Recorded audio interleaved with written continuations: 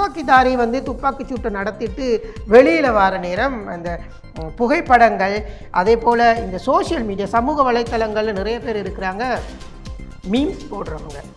இந்த மீம்ஸை வந்து க்ரியேட் பண்ணுறவங்க ரொம்ப ஈஸியாக அதை க்ரியேட் பண்ணி இப்படி போட்டுட்டு போவாங்க. எனவே இது தொடர்பில் வந்து நிறைய பேர் முதலில் இந்த காணொலி வெளியில் வர நேரம் பாராளுமன்ற உறுப்பினர் அர்ச்சுனன் அவர்களுடைய புகைப்படத்தை அதுக்கு இணைத்து இவர் இப்படி இருந்தார், இப்போ இப்படி இருக்கிறார் அப்படின்ற பல கருத்துக்களை வந்து மீம்ஸாக போட்டிருக்கிறாங்க. அதே போல தான் எதிர்க்கட்சி தலைவருடைய புகைப்படத்தை போட்டு அதற்கு இணக்கமாக இந்த புகைப்படத்தையும் போட்டு இவ்வாறு இருக்கிற காலையில் ஒரு மூட், ஈவினிங் ஒரு மூட் என்கின்ற ஒரு விடயத்தை போட்டிருக்கிறாங்க. இவ்வாறு இருப்பினும் இது ஒரு விளையாட்டுக்குரிய நகைப்புக்குரிய ஒரு விடயம் இல்லை, சிந்திக்கக்கூடிய ஒரு விடயம். குறிப்பாக ஒரு பாராளுமன்ற உறுப்பினரையோ ஒரு எதிர்க்கட்சி தலைவரையோ ஒரு குற்றவாளி சந்தேக நபருடன் ஒப்பிட்டு இவ்வாறு சமூக வலைத்தளங்களில் பதிவிடுறதை நாங்கள் வன்மையாக கண்டிக்கிறோம். குறிப்பாக இந்த மீம்ஸ் விவகாரம் தொடர்பில் நிறைய மீம்ஸ் போடுறாங்க. அது ஒவ்வொருவருடைய உரிமைன்னு சொல்லலாம். கேலி சித்திரங்கள் வரைகிறதாக இருக்கட்டும் அல்லது ஒரு மீம்ஸ் போடுறதாக இருக்கட்டும், இது ஒவ்வொருவருடைய உரிமை, அது அவங்களுடைய சுதந்திரம் அப்படின்னு சொல்லலாம். ஆனால் அவங்களுக்கு இருக்கக்கூடிய சுதந்திரம்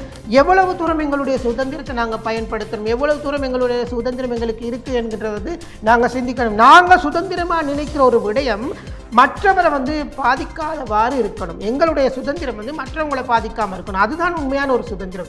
என்னுடைய சுதந்திரம் எவ்வாறு இருக்கணும், எந்த அளவு எப்படி நடந்து கொள்ளணுன்ற முடிவை நான் தான் எடுக்கணும். எனவே இந்த மீம்ஸ் கிரியேட்டர்ஸ் என்ன செய்கிறாங்கன்னு சொன்னால், இந்த அர்ச்சுனன் பாராளுமன்ற உறுப்பினருடைய புகைப்படத்தை போடுறது, எதிர்க்கட்சி தலைவருடைய புகைப்படத்தை போடுறது, இப்படி பல விடயங்களை வந்து போட்டிருந்தாங்க. அது மாத்திரம் இல்லாமல் இந்த துமிந்து என்கிற இந்த கைது செய்யப்பட்ட சந்தேக நபரினுடைய காணொலியை பட்டு காதல் பாடல்கள், சிங்கள காதல் பாடல்கள், இப்படி பல விடயங்கள், அவர் அந்த வேனில் அமர்ந்திருக்கக்கூடிய புகைப்படங்களை போட்டு இவ்வளவு அழகான ஒரு நபர் இப்படி கொலை செய்ய முடியுமா என்கின்ற பல விடயங்களை போட்டு ஒரு காதல் பாடல்கள், இப்படியான விடயங்களை வந்து சமூக வலைத்தளங்களில் நாங்கள் பார்க்கிறோம். எனவே மக்கள் இதை சிந்திக்க வேண்டும்.